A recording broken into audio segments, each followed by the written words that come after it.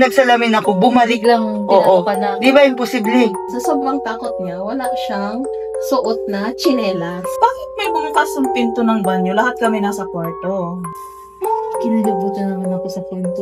Tatalon daw si lolo niya sa bintana. Parang double ganger.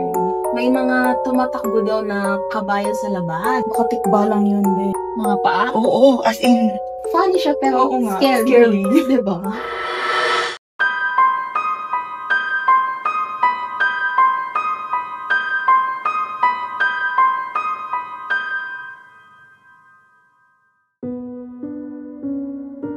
Welcome back Sa mga kwentong kababalaghan dito sa VA for Real.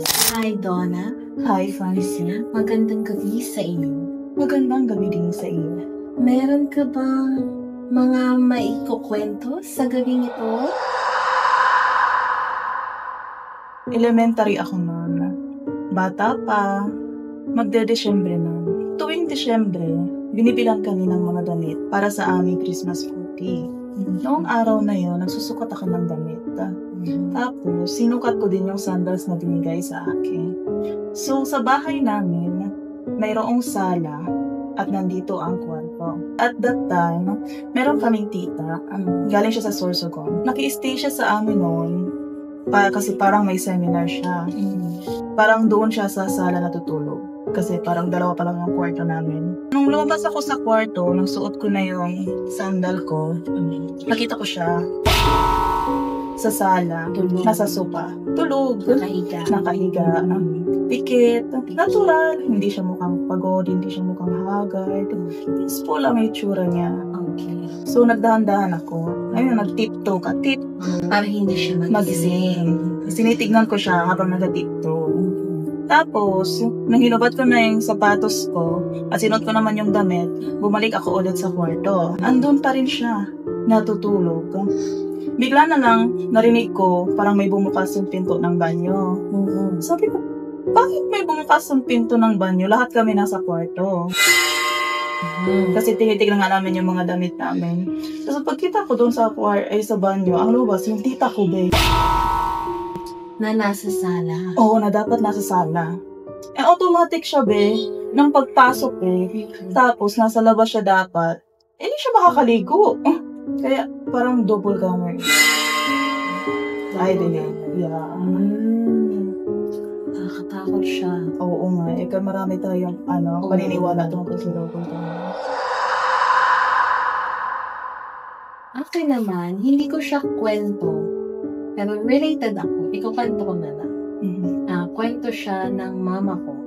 Sabi ng mama ko, nung bata pa daw ako, siguro mga 2 or 3 years old. Like toddler ka. Nagpunta kasi kami sa bahay ng lola ko. Ang bahay ng lola ko, nandun siya sa parang bundok.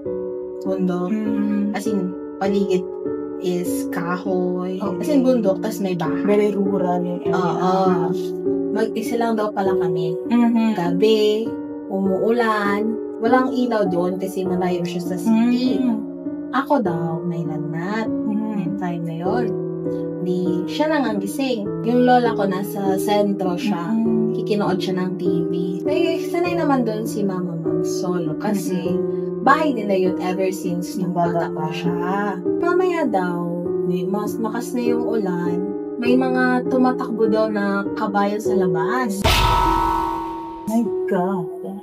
Hindi Sinikita ni mama mong kabayo yun, no? Hindi niya nakita, naririnig niya. Natigidig. Oo, parang madami daw ng kabayo. Hindi pwedeng may kabayo doon kasi walang kabayo, walang nagmamay-ari ng kabayo doon. Tapos, sa lugar na yun, magkakahiwalay ang bahay. Malayo. So, ang kapitbahay ni Lola, nandun pa sa kabila ng patawid ka pa ng parang palayan. Wala siyang kabayong alaga. Tapos, walang nag-aalaga talaga ng kabayo doon kasi usually ang mga alaga doon, kalabaw, baka, aso, ganun. Pero may kabayo doon na tumatakbo. Marami daw. Umiikot daw doon sa bahay. Makatikba lang yun, be. na scared na ang nanay ko.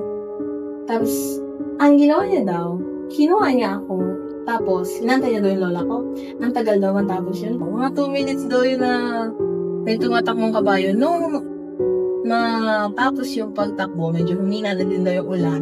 Kumaripas daw siya ng takbo. So, hindi niya nakita yung kabayo? Hindi niya man nakita yung kabayo. Tinakbo ka niya kasi. Oo, kasi madilim. Tinakbo niya. Sa sobrang takot niya, wala siyang suot na tsinelas. Funny siya, pero Oo nga, scary. scary. Diba? Tikba lang yun. Tigba lang. Di ba Baka scary? nga, tigba lang siya. Kasi madaming kahoy, gano'n. Dayan, alam mo ba ang kwentong mga kababalagan sa Burabod? Hindi. Hindi ko Sa pa- bahay namin, ni na mama mo? Sige, share mo nga. Nung high school ata ako nun, habang kumakain kami sa baba, nandun kami sa baba, lahat, walang tao sa taas. May narinig kami na naglalakad sa taas. Mga paa? Oo, as in, madami. Tapos, binigyan ni mama, uy, nandito naman.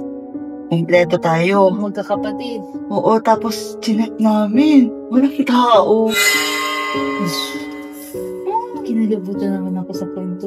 Tapos, minsan pa, natutulog kami sa taas naman. Nasa taas kami, may naririnig kaming nagbubuhat ng mga upuan. Upuan doon sa sala. Tapos, Nalala mong sala namin. Maraming upuan, ginagalaw. Parang, ewan ko, parang lahat inaano nila, ginagalaw. Tapos bumaba kami. walang tao. Walang tao din. Ano reaction niyo? Sobrang takot. Papasok ako ng school, umakyat ako. Nagsalamin. Naalala mo yung aparador ni lola mo? Sa kwarto nila, yung luma na yung May salamin. Oo. Oo. Nagpapaganda ako, syempre. Dapat maganda, oh. Tapos, Habang nagpapaganda ako, bigla na lang may tumama dito sa akin. alam mo, na Oo. Yung kartolina na nakaroon. parang binato ka. Oo. Kasi before ako nagpaganda, binato ko rin yung dun sa taas ng aparador. Na Bumaba ako, tuloy na. oo. Kumain, nagsipilyo, nagbihis. Tsaka bumalik ako ng nagsalamin. Nung nagsalamin ako, bumalik. Biglang Oo. binato ka na. Di ba imposible? Oo. Matagal ng oras. Ang lumipas kung nahulog lang. Tsaka masakit. Oo, malakas. May As impact. in, may Hindi impact. basta mahulog lang sa ulo mo. Oo. Tapos, si mama noon, pag umaalis ng bahay, napunta dito sa inyo, ang palaging bilin niya sa amin, si papa niyo, samahan niyo sa kwarto. Kasi may mga times pala na, ewan namin kung bagungot yun. Bangungot ba o totoo? Tatalon daw si lolo niyo sa bintana. Ewan kung kababalagan doon. Kung totoo or hindi, Paano natin malalaman? abangan sa alamat ng Burabon. Magkita-kita tayong muli sa susunod na episode ng VA For Reals.